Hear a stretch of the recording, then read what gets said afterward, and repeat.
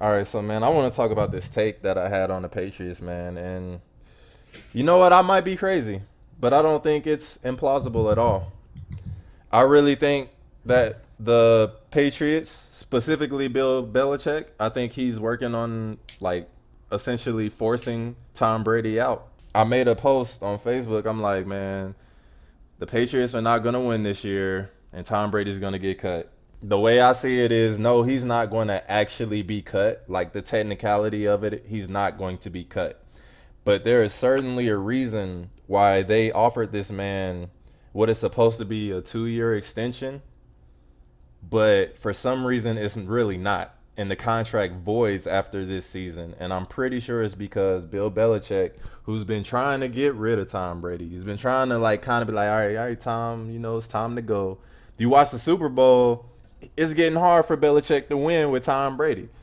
Like they put up 10 points, dog, and that's not prime Tom Brady. As much as I don't think he's the greatest quarterback ever, that is definitely more capable than putting up 10 points in the Super Bowl. And I think it kind of started with Kraft forcing Belichick to give up Garoppolo because he was really fond of Garoppolo. You had all these reports about how he made a fuss in the way that Belichick would make a fuss because I mean he's Belichick. It ain't like he crying or nothing. But they set him up with this fake 2 year extension. Tom Brady already said that he wanted to play until he's 45. And we just saw, what's his name? Stidham. We just saw Stidham. I saw an article not that long ago talking about how Stidham had the best preseason of any Patriots quarterback under Belichick. And I think he's really setting it up to try and, I think he hears the talk. I think he hears all the love Tom's getting, and he gets love too, but I think he might feel that he doesn't necessarily get what he deserves, and that he's going to be like, all right, look, I won before Tom Brady. I'm a head coach, and I won with him, and now I'm going to see what I can do without him, and I think that's what they're setting up for. Because, what's the point of giving a man a 2 year contract that's not really a 2 year contract? Especially when he said that he wants to, continue on past the next 2 years. Like, he's only 42. So he got at least 3 years because he said he wanted to play till he's 45. That is very true. That kind of goes back to what Ibaka was talking about during the last podcast, and how he was stating this and it is completely true. Belichick has been trying to get rid of Brady for years, like we were stating. Garoppolo was Tom Brady's replacement. Yeah, he was. He was his replacement. He wanted, Belichick wanted to put Tom Brady at the pasture, and Garoppolo was going to be his new guy. And honestly, I wouldn't be surprised. There's always that the particular person who is a very hardcore Patriots fan who wouldn't want to believe that. But yeah, that's true. He's been trying. He wants to put Tom Brady out the pasture. Dude's past his prime. All he can do is fucking run. All he can do is throw 5 yard outs, 5 yard slants. That's it. Unless he's throwing a grunt. But, I mean, that's a big-ass target. I mean, anybody can hit the broadside of a barn. Bro, if Gronk comes out of retirement, then that's it. The season's over. Bro, all right. Yeah, they definitely probably going win the Super Bowl if he come out of retirement.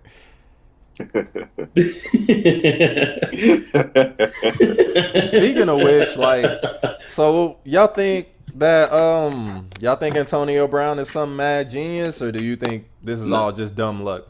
No. Hold on one second. I got to make a statement about that real quick. What I think happened with that is I think he was trying to go to the Patriots for a minute, and I don't think he wanted to go to the Raiders.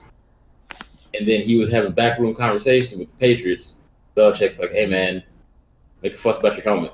See if they'll cut you." The helmet thing didn't work. He's like, he called the GM Mayo boy and threatened to hit him. Then you might get cut. Bro, he finally got cut. Bro, I have to address so much.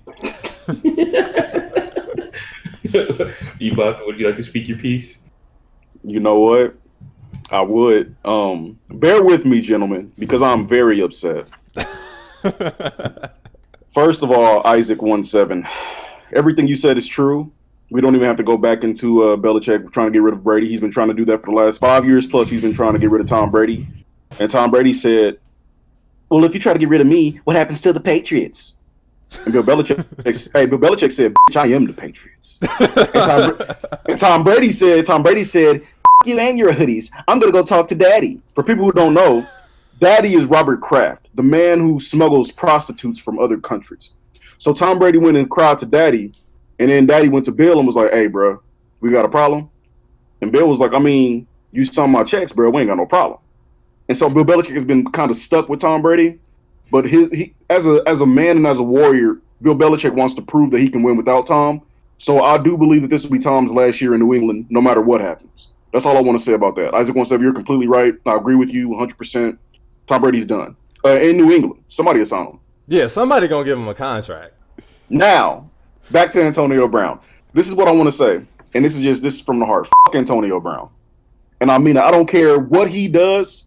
I don't care what he's done or what he does from this point forward. He has tarnished his entire legacy, and I've lost all respect for the player as a man. As a football player, you can't take anything away from him. One of the greatest of all time, absolutely. But he's just a little bitch, and I mean that with all disrespect. If I could talk to him today, I would say "fuck you." I feel like everything he did, I would do it in the opposite way. You know what I'm saying? Because you have to go back years and years and years when T.O. was doing shit like this, and Chad Johnson was getting a lot of heat because of his celebrations and his. You got to look at something like this when a player comes into an organization, not even for 4 months, and does everything he can to destroy them. And he didn't even play a game for the Raiders. But you know what?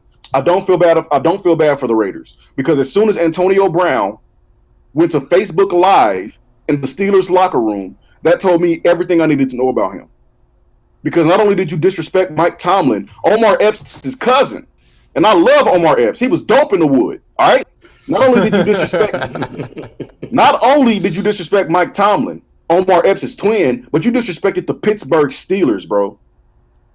And anybody that know me know that I love defense. And Pittsburgh, that's linebacker U, bro. That's linebacker university. So for you to be in Pittsburgh and to disrespect them, I don't give a fuck what Ben Roethlisberger did, bro.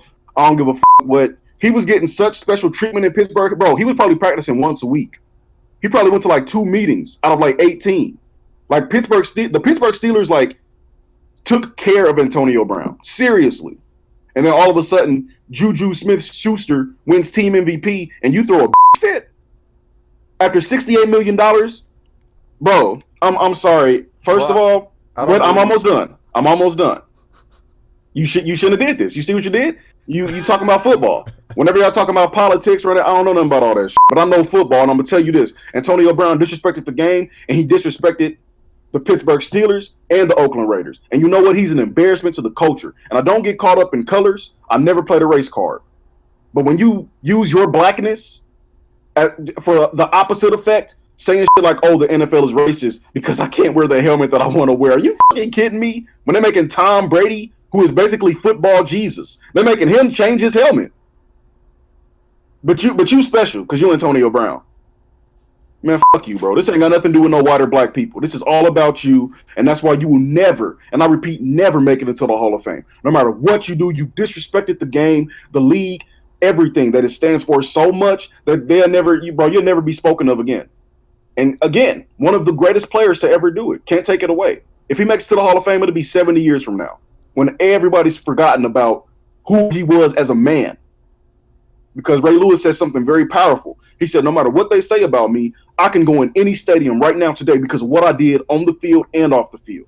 Never disrespect the business. Never disrespect the people around you, because you need to stay relevant in order to make your name not only a name but a legacy.